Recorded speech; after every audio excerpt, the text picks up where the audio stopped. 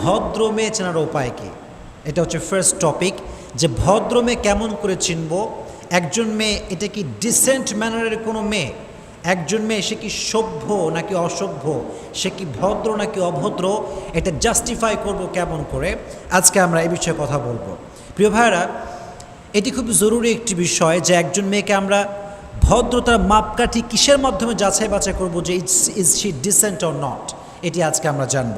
তাহলে আজকে আমাদের প্রথম আলোচ্য বিষয় হচ্ছে ভদ্র মেয়ে চেনার উপায় কি কি আছে, কোন কোন কোয়ালিটি দেখে বুঝবো যে মেয়েটা আসলে ডিসেন্ট ম্যানারের নাকি ডিসেন্ট ম্যানারের না, এটি আজকে আমরা প্রথমে কথা বলবো ইনশাআল্লাহ। ফার্স্ট যে কোয়ালিটি একজন ভদ্র মেয়ের, সেটি হচ্ছে ভদ্র মেয়ে যখন কথা বলবে স্লোলি কথা বলবে, তার কথার ভেতরে বেশি একটা আওয়াজ থাকবে না। অনেক মেয়েকে দেখবেন খুব লাউডলি কথা বলে, অনেক মেয়ে আছে দেখবেন সবসময় চিল্লাফাল্লা করে কথা বলে। এটা কোনো ডিসেন্ট মেয়ের কোনো স্বভাব হতে পারে না। যা ডিসেন্ট ম্যানারের তারা সবসময় স্লোলি কথা বলে, ধীরস্থিরভাবে কথা বলে, এবং তারা যখন কথা বলে বেশি একটা অঙ্গভঙ্গি দেখায় না। অনেক মেয়ে দেখবেন বেশি ঢং করে, এরকম মেয়ে আছে না নাই? বেশি ঢং করে, এটা ডিসেন্ট ম্যানারের কোনো মেয়ের স্বভাব হতে পারে না। যারা ডিসেন্ট ম্যানারের তারা সবসময় স্লোলি কথা বলবে, আস্তে আস্তে কথা বলবে।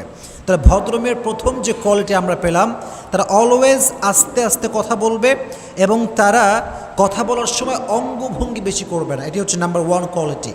নাম্বার টু যে কোয়ালিটি সেটি হচ্ছে এই, ভদ্রমেয়েরা কখনো পুরুষের চোখে চোখ রেখে কথা বলতে পারবে না।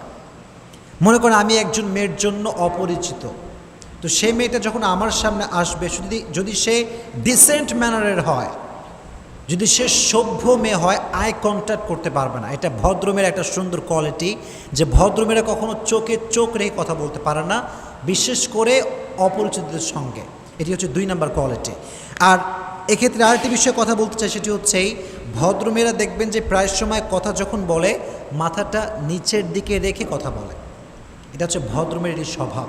তো 2 নাম্বার কোয়ালিটি, যখন ভদ্রমেয়েরা কথা বলে আই কন্ট্যাক্ট করতে পারে না, চোখে চোখ রাখতে পারে না।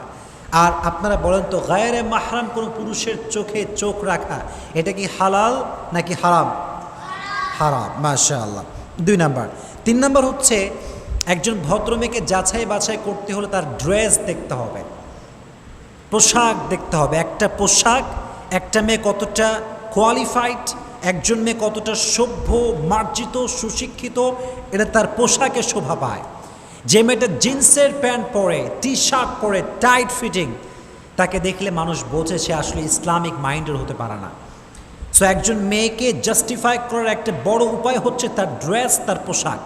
তার পোশাক বলবে যে is she decent or not, এটা তার পোশাক বলে দেবে। এজন্য ভদ্রমেয়েরা সবসময় ঢিলে ঢালা পোশাক পরে, বোরকা পরে, পর্দা এবং হিজাবকে মেনটেন করে চলে। তাহলে একজন মেয়েকে ভদ্র নাকি অভদ্র যাচাই বাছাই করার বড় একটা মাধ্যম হচ্ছে তার ড্রেস, তার পোশাক। যদি সে সুন্দর শালীন পোশাক পরে, ঢিলা ঢালা পোশাক পরে, সে বোঝা যাবে যে সে একজন ভদ্র মেয়ে। এটি হচ্ছে 3 নাম্বার উপায়।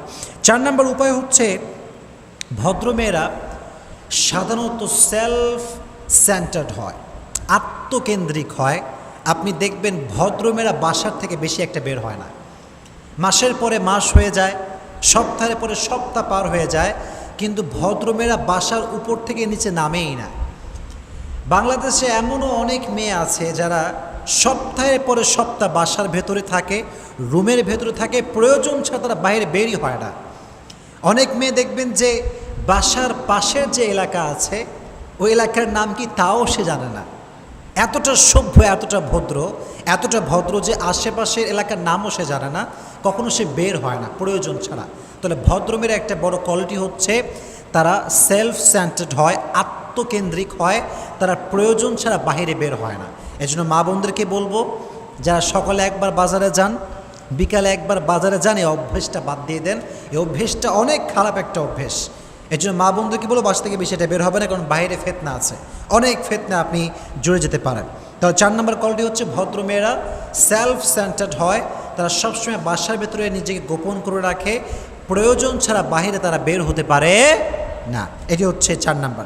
5 নম্বর হচ্ছে ভদ্রমেয়েরা কখনো স্টার জলসা বা জি সিরিয়াল কি কি আছে না, এইসব এই টিভিতে দেখায়, ভদ্র মেয়েরা, ভদ্র ঘরের মেয়েরা এই সমস্ত সিরিয়াল দেখতে পারে?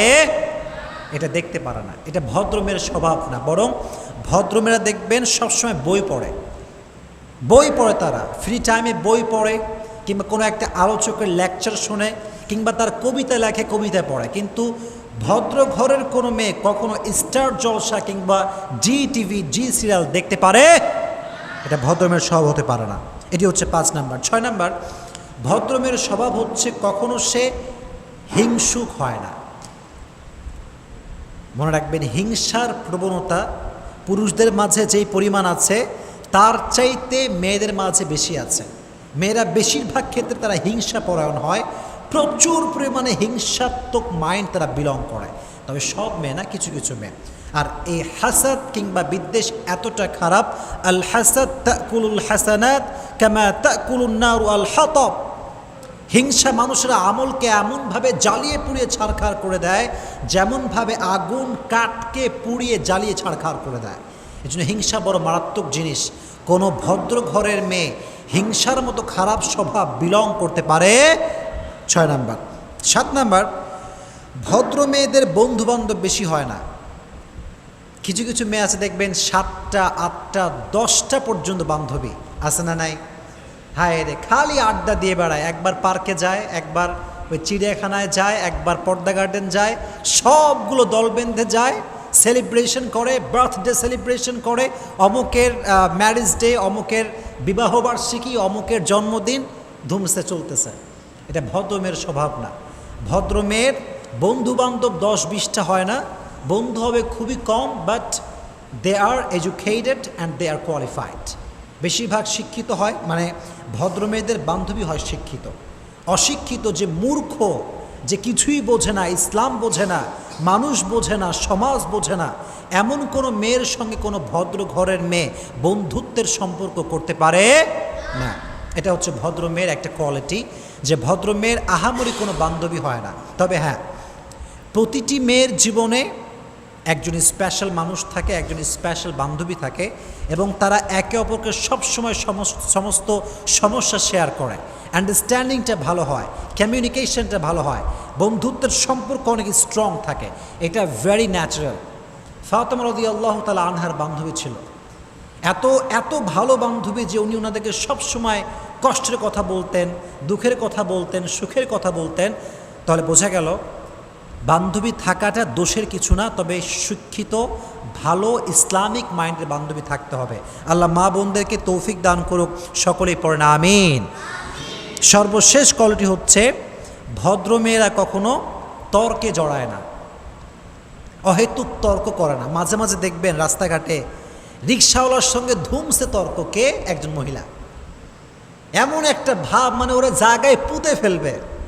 মনে রাখবেন, যে শিক্ষিত ঘরের মানুষ, আল্লাহর কসম করে বলতে পারি, তার সঙ্গে রিক্সাওয়ালার কোনো ঝগড়া হতেই পারে না। রিক্সাওয়ালা সে একজন সাধারণ পাবলিক, সে একজন অশিক্ষিত মানুষ, and you are educated man. আপনি শিক্ষিত মানুষ, আপনার সঙ্গে অশিক্ষিত ঝগড়া যায় কেমনে? এটা ঠিক না। এই জন্য দেখবেন ভদ্রমেয়েরা সবসময় এই সমস্ত ঝগড়া, মারামারি, কিলাকিলি, এগুলোর ভিতরে ভদ্রমেয়েরা থাকেই না। আল্লাহ তাআলা প্রত্যেকটা নারীকে এই ভদ্রতা এবং সভ্যতার যে কোয়ালিটি আছে, সবাইকে আল্লাহ বিলং করার তৌফিক দান করুক। আমরা সকলেই পড়ছি আমিন।